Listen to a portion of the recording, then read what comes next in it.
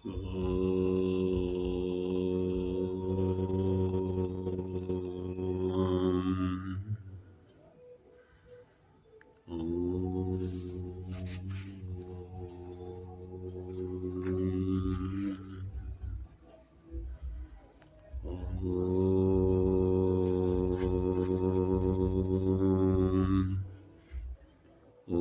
सहना भवतु सहनौ भुनक्तु सह वीर्यं कर्वावहै तेजस्विनावधीतमस्तु मा विद्विषावहै।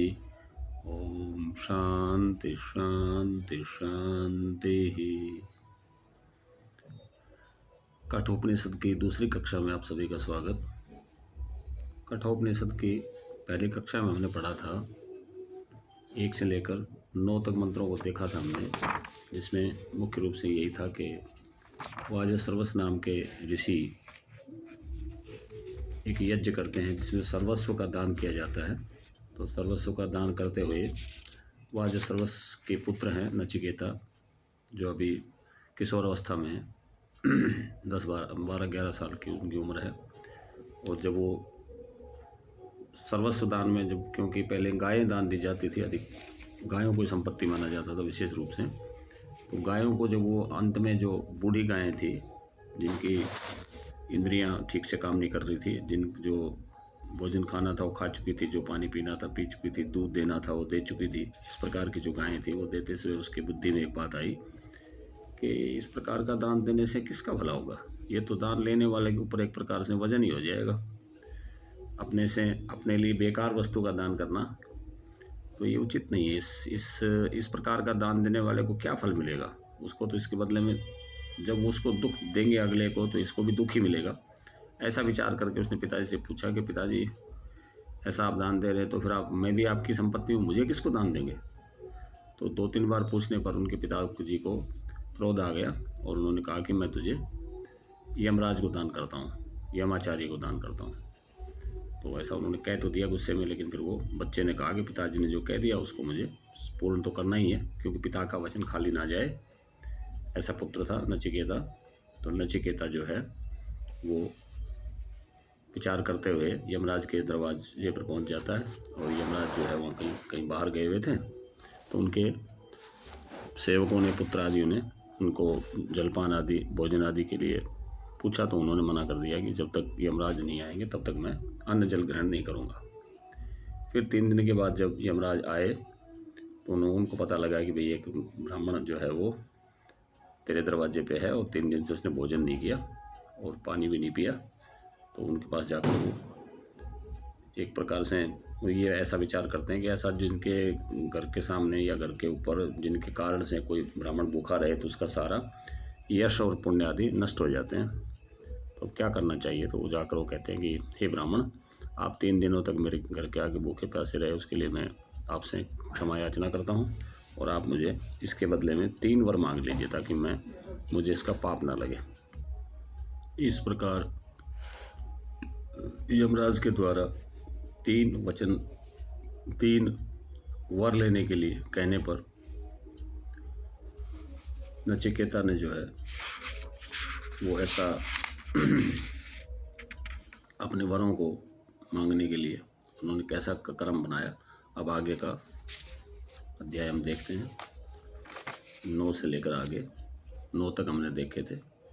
तो 9वां मंत्र हमने देखा था कि तीसरो रात्रि यद आवासी गृह में अनशनन ब्रह्मन अतिथिर नमस्ते अस्तु ब्रह्मन स्वस्ति में अस्तु तस्मात् प्रति 3 वरान वृणीष्व। कह रहे ब्राह्मण, तुम्हें नमस्कार हो, मेरा कल्याण हो। तुम नमस्कार योग्य अतिथि होकर भी मेरे घर में 3 रात्रि तक बिना भोजन किए रहे, अतः एक रात्रि के लिए एक करके मुझसे 3 वर मांग लो। तो इस पर सबसे पहले उन्होंने पहला वर मांगा। 10वां मंत्र है शांत संकल्पः सुमना यथा स्यात् वीत मन्युर्गौतमो माभिमृत्योः त्वत् परसृष्टं माँ भी वदेत प्रतीत एतत् त्रयाणाम प्रथमम वरम वृणे। कह रहे हैं कि हे मृत्यु, हे यमराज, जिससे मेरे पिता वाद सर्वस मेरे प्रति शांत संकल्प, प्रसन्न चित्त और क्रोध रहित हो जाएं तथा आपके भेजने पर मुझे पहचान कर बातचीत करें, यह मैं आपके दिए हुए 3 वरों में से पहला वर मांगता हूँ। यानी सबसे प्रथम उन्होंने अपने पिता की प्रसन्नता के लिए, और इसमें एक राज और भी छुपा हुआ लग रहा है कि त्वत्प्रसृष्टम, आपके द्वारा भेजा हुआ या आपके द्वारा छूटा हुआ, ऐसा दोनों अर्थ होते हैं इसके। माँ अभिवदेत, यानी अपने जीवन की भी उन्होंने सुरक्षा मांग ही ली एक प्रकार से, क्योंकि मृत्यु तो जो है वो यमराज तो मृत्यु का देवता यदि स्वीकार करें तो यमराज के पास जाने के बाद तो कोई व्यक्ति वापस तो आता नहीं। तो इस बात का भी उन्होंने श्योरिटी कर ली कि मैं वापस जाऊं अपने पिता के पास, तो इससे तो ये श्योरिटी होगी कि उसकी मृत्यु नहीं होगी। और साथ में अपने पिता की प्रसन्नता के लिए भी उन्होंने वर मांग लिया कि मेरे पिता जब मैं जाऊं तो मुझे पहचान कर ठीक से बात करें, यानी वो प्रसन्न हो जाएं, प्रसन्न चित्त हो जाएं। शांत संकल्प सुमना, यानी उनका मन जो है वो सुमन रहे, अर्थात किसी प्रकार का उसमें कोई क्लेश ना हो, कोई आवेश ना हो। यथाशात वीत मन्यु हो, और उनका जो क्रोध था मुझ पर, मन्यु कहते हैं हल्के क्रोध को।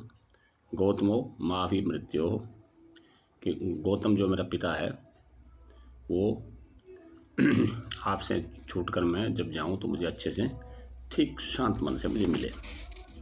फिर 11वें मंत्र में कह रहे कि ये मेरा पहला वर है, ऐसा उन्होंने मांग लिया।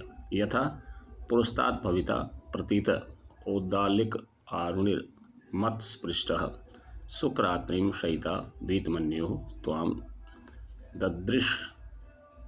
ददृश्वान मृत्युर्मुखात प्रभुक्तम, कि मुझसे प्रेरित होकर अरुण पुत्र उद्दालक मुझे पूर्ववत पहचान लेगा। देखो कितने नाम ले दिए उन्होंने, अरुण पुत्र उद्दालक अपने पिता को, और दूसरा उनका नाम था वाज सर्वस, क्योंकि वो वाज सर्वस गोत्र के थे, और गौतम भी उनका सरनेम है, उपनाम है। तुझे पूर्ववत पहचान लेगा और शेष रात्रियों में भी सुखपूर्वक सोएगा, क्योंकि तुझे मृत्यु के मुख से छूटकर आया हुआ देखेगा, क्योंकि जब तू यहाँ से वापस वहाँ जाएगा तो तुझको देखकर वो प्रसन्न होगा, ऐसा यमराज ने कहा। फिर 12वें श्लोक में स्वर्ग स्वरूप दर्शन क्या करें आगे, नचिकेता करें आगे। नचिकेता कह रहे हैं कि स्वर्गे लोके न भयम किंचित अस्ति।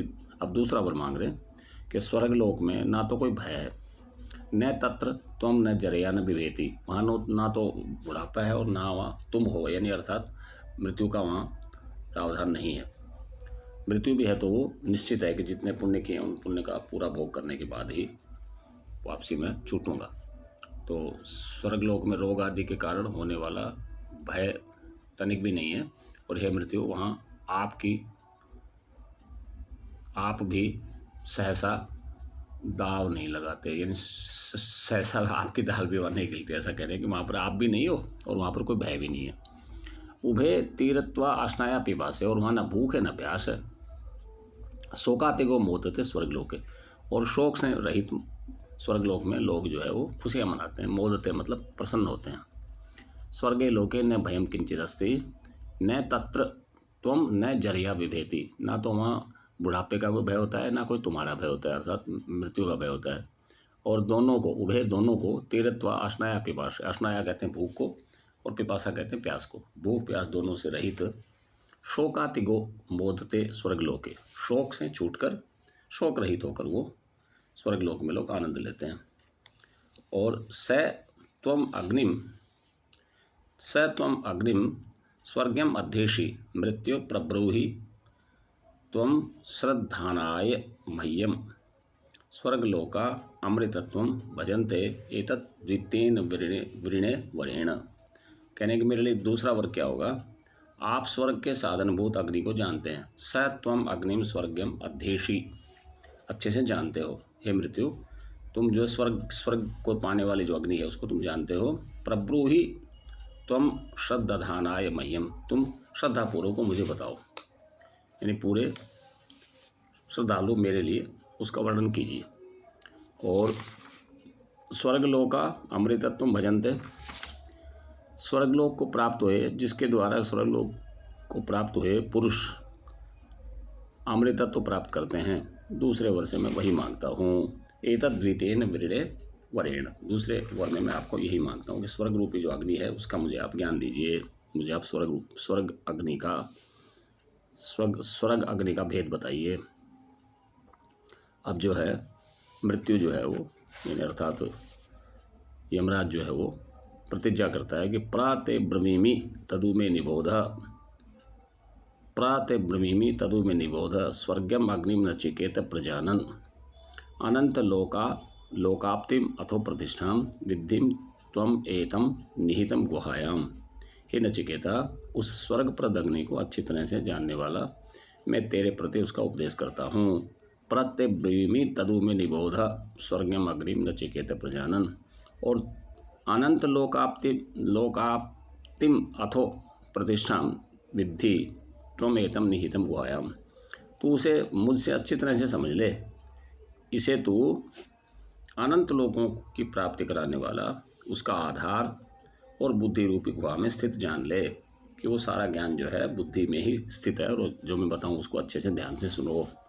तो कह रहे हैं कि अब उसके बारे में थोड़ा सा बताते हैं कि श्रुति का ये वचन है, लोकादिम अग्निम तम उवाच तस्मै या इष्टका यावतीर वा यथा वा स चापि तत्प्रत्यवदत् यथोक्तम अथस्य मृत्यु पुनरेव आह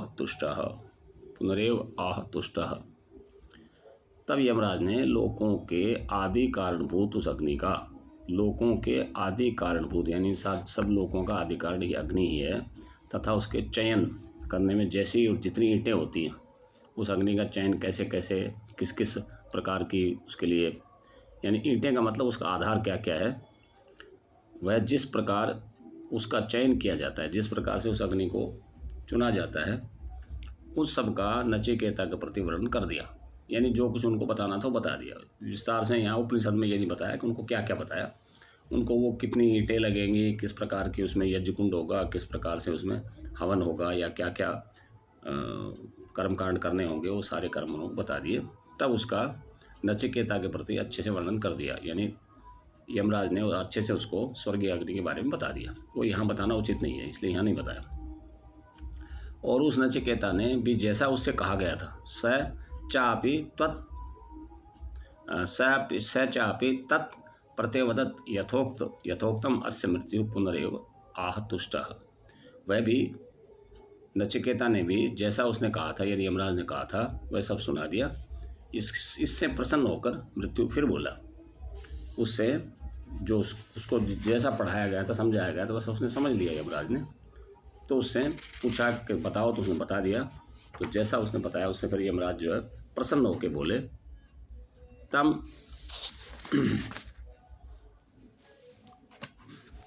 अब्रवीत प्रियमाणो महात्मा वरम तो एतत्